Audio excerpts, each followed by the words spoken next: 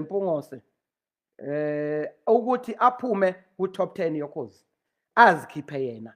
Uyazi ezinye izinto mfethu ungayimoshi into wena. If abantu imajority ithi phuma uzibonile ukuthi uyindoda uclean phuma bese uyabona ukuthi mawungekho izofa yini top 10 because uma ngabe uhlala uyayicizelela lento yokugama lakho ukuthi wena ukhanda lomtshela kwakhe awumameli abantu ba right. So ngicela ukuthi uKhuzani aphume ku top 10 ayiphumele yena. Uma ngabe ngaphuma uKhuzani ku top 10 mina January ngizoyela mina eSIU. Fortunately mabili ama colleagues asejoin eSIU. Ngiyoqala investigation hayi leyo yokudlala eyenziwa iinternal audit yaseSABC. Ku-investe ngempela ukuthi usection 205 i-relationship kaKhuzani noSibonga Ngcobo ithini, bafolenana kange ngosuku, bawhatsappana kange ngosuku, bawhatsappa ini. I can do that investigation. Yinto engizoyicela. So okwamanje i-top 10 why uKhuzani ngithi akaphume is because uKhuzani is a good artist. Akakwazi ukubangisana nolwandle, ulwandle omusha uKhuzani useke waba unumber 1 ngoba la sikhuluma ngo-number 1 akuna song of the year la. uKhuzani akanayo i-award ye song of the year, une crossover. Lento sikhuluma ngayo kwamanje sase crossover ngoba mina ngakangeni nge-song of the year ngisamele ama investigation. Icala by the way alikakaphele court, ningaze nithi hey ukhuluma icala alikakaphele court kodwa ngacelwa kwathiwa oyiniyeke indaba zama court asidile kanje. So i-song of the year is coming back. Uyathanda awuthandi is coming back, but uKhuzani weza kimi no 3 seconds uma izowina that year. What in fact i-campaign esengiyenzile is too much. Ngicela ukuthi ungablocki song of the year this time. Ama artist ngiyawalwela mina namanje I'm fighting for artists, ngiyangcwaba ngenza everything. So I couldn't say uKhuzani emayethi mfethu sengispend imali bese ngiyahamba ngiyomblock. Ngangalwi noKhuzani, ngangilwa noKhozi. In as much as angilwi nabasakazi ngilwa nalabo abaphethe. I'm fighting uSibonga Ngcobo, I'm fighting uNada because of those are managers bele ba manage iSABC ngendlela right. And I've been in broadcasting by the way for 25 years. I'm a founder member of the second biggest radio station in South Africa, iJozi FM, kwakuyiSoweto Community Radio. So I'm not talking from the blue, I'm talking from into engiyazi. So more than blame, maybe you must Google and find out who are you talking to. So angenanga ku broadcasting back door. Now uKhuzani ngamlalela eza nobaba u3 seconds ngoba ubaba u3 seconds inyanga yami. Ngamlalela u3 seconds, ngamlalela uKhuzani ngayeka ngangapressa kuKhozi lethe. Wathi mangabe esewinile uKhuzani wahamba kuma newspaper wakhuluma the way yena abig ngakhona. I-arrogance efana na kanjalo angiboni ukuthi siyayidinga ku-industry ngoba fana nolokhu uhlala nilwa kanjalo uthi ubani ungcono. Guys sisekumculweni la, umculo akuliwa siyajabula.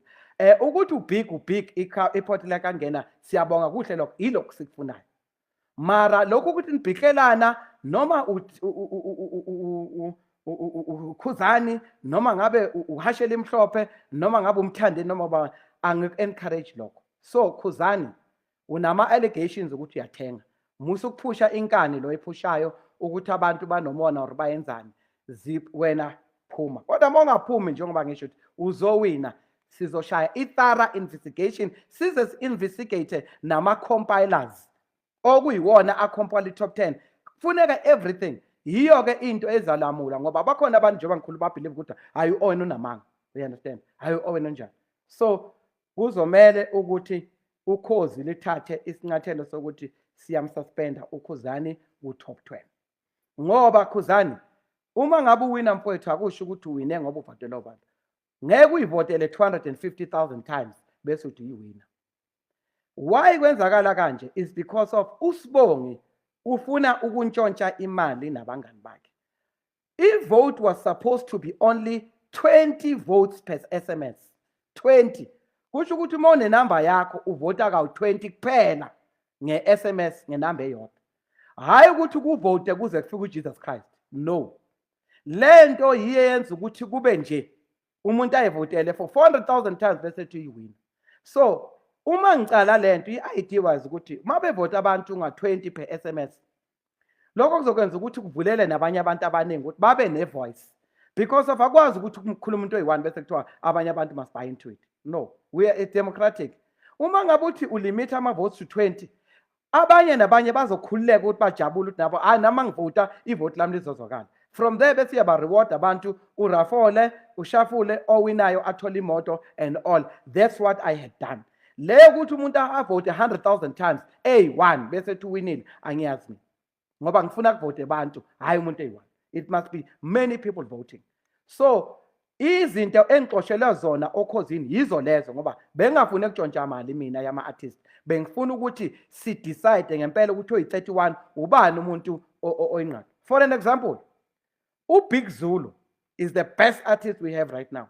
Ingoma ethi umbayimbayi, le ngoma le ngize icula umuntu owumtswana engasinomzulu. That's how much that song has done in terms of penetration, in terms of uniting us, in terms of taking us forward. But ngiyazi ukuthi aliziwe in Song of the Year. Lucky if likhona. So uLwandle is a new artist. Oshaya left, right and center is up and coming. Ufeature umthandini. Yini eyenza ukuthi kuze kuvotwe umuntu oyi-150,000 times ezama ukulwa noLwandle? If abantu abavotayo, it's okay. But I can't accept a situation whereby umuntu oyi-1 uzoyivotela bese tuwinile. A1. 200,000 votes. It doesn't make sense. Ake senze into ethandwa abantu, ngoba lento nami akusiyi ukuthi ngangifuna ukuyigogodlela.